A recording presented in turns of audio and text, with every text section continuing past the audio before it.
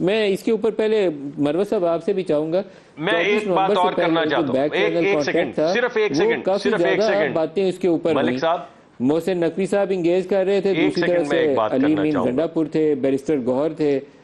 مجھے اس کے اوپر بتائیں کہ اس میں کیا باتیں تھیں، کیونکہ یہ باتیں آئی تھیں کہ عمران خان کو نظر بند کر دیتے ہیں، ہاؤس ریسٹ کر دیتے ہیں، لیکن عمران خان بضد تھے کہ مجھے جمعے تک رہا کیا جائے، پھر یہ 24 نومبر کا پروٹیسٹ ملتوی ہو سکتا ہے. بتائیے تھوڑا سا اس میں کیا باتیں ہوئی تھی مروت صاحب؟ ملک صاحب، 22 نومبر سے 25 نومبر کی رات تک مذاکرات ہوئے، اور 25 نومبر کی رات کو یہ فیصلہ ہوا کہ 26 نومبر کی صبح جو ہیں بیرسٹر گور صاحب اور بیرسٹر سیف صاحب جو ہیں وہ دوبارہ اڈیالہ جیل جائیں گے اور بانی سے ان کی ملاقات کرائی جائے گی. ان 3.5 ایام میں پہلی پیشکش آئی، جس طرح خان صاحب نے خود میڈیا کے سوالات کے جوابات دیتے ہوئے کہا کہ ہاؤس اریسٹ کی آفر آئی. پھر علیمہ خانم نے جو ہے اس کی تصدیق کی، اور یہ آفر جب رد ہوئی تو اس کے بعد 20 دسمبر یہ آفر اسٹیبلشمنٹ اور حکومت کی طرف سے محسن نقوی صاحب نے کی، اور مذاکراتی عمل میں ہماری طرف سے جو ہیں بیرسٹر گور اور بیرسٹر سیف صاحب تھے اور علی امین خان کوارڈینیٹ کر رہے تھے. اس کے بعد جو ہے جب یہ انکار ہوا تو پھر جو ہے 3 ہفتے یا 20 دسمبر تک خان کی رہائی کی جو ہے پیشکش ہوئی. یہ پیشکش جو ہے لے کے بیرسٹر گور صاحب 3 دفعہ جیل گئے. ملاقات جو ہے انہوں نے فیسیلیٹیٹ کرائی. کس نے پیشکش دی تھی جس کی پیشکش لے کر وہ گئے؟ یہ پیشکش کس نے دی کہ 20 دسمبر تک آپ کو رہا کر دیں گے؟ یہ پیشکش کس نے دی؟ محسن نقوی صاحب کے تھرو یہ پیشکشی ہوئی، اور محسن نقوی صاحب جو ہے میڈیا کے سامنے ان چیزوں کے بارے میں اقرار کر چکے ہیں. یہ مذاکرات ہوئے، اور جب 26 نومبر کا ثانیہ ہوا تو اس کے بعد جو ہے حالات تبدیل ہو گئے، اور مذاکرات جو ہے اس کے بعد سیاسی قیادت سے شروع ہو گئے.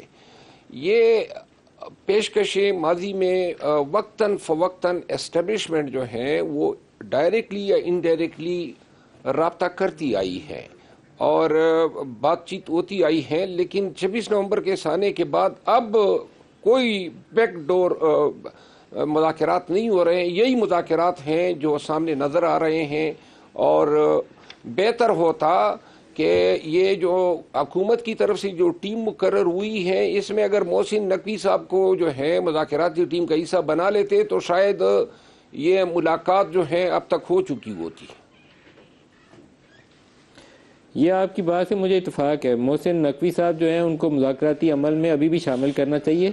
زیادہ افیکٹو وے ہوگا. یہ جو درمیان میں چیزیں اٹک رہی ہیں وہ اٹکاؤ نکالنے کے لیے. مروت صاحب، آپ نے جب کمیٹی کے نام تجویز کیے تھے تو اس وقت بھی میرے دل میں یہی آیا تھا کہ آپ سے کہوں کہ محسن نقوی صاحب کو ساتھ شامل کر لیجئے. ابھی بھی کچھ نہیں حرج، شامل کر لیجئے انہیں. یہ تو وزیر اعظم جو ہے ان کی ثوابدید ہے کہ وہ مقرر کر دیں، لیکن یہ ہے کہ ایک بات ہے کہ محسن نقوی صاحب مذاکراتی ٹیبل پہ جو ہیں بڑی لچک دکھاتے ہیں، اور ڈاکٹر مصدق ملک صاحب سے احتراماً ایک عرض کرتا ہوں کہ خان صاحب یا پی ٹی آئی نے مذاکرات کے لیے جو موقف پیش کیا ہے اس میں آپ ہماری لچک کا جائزہ لیں. ہم نے مینڈیٹ کی ریکوری کی بات نہیں کی ہے، ہم نے کوئی حساب نہیں مانگا ہے کہ ہمارے ساتھ ظلم و جبر کیوں ہوا. حضور کریم کی حدیث ہے کہ الا کلکم رائن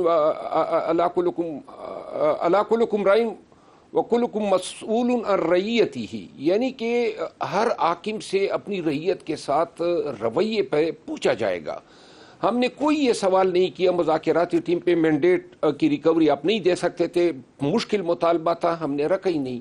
ہم نے ظلم و جبر کا نہیں رکھا، ہم نے 26ویں آئینی ترمیم کا نہیں رکھا. 2 مطالبے رکھیں کہ جی آپ ہمیں دوبارہ گرفتار نہ کریں. یہ رہائی بھی ہم نے حکومت سے نہیں مانگی ہے، رہائی عدالت ہمیں دے گی، لیکن یہ بار بار ہر کیس میں جس میں بریت یا ضمانت ہو جاتی ہے نیا کیس نکل آتا ہے اور نیا کھٹا کھل جاتا ہے.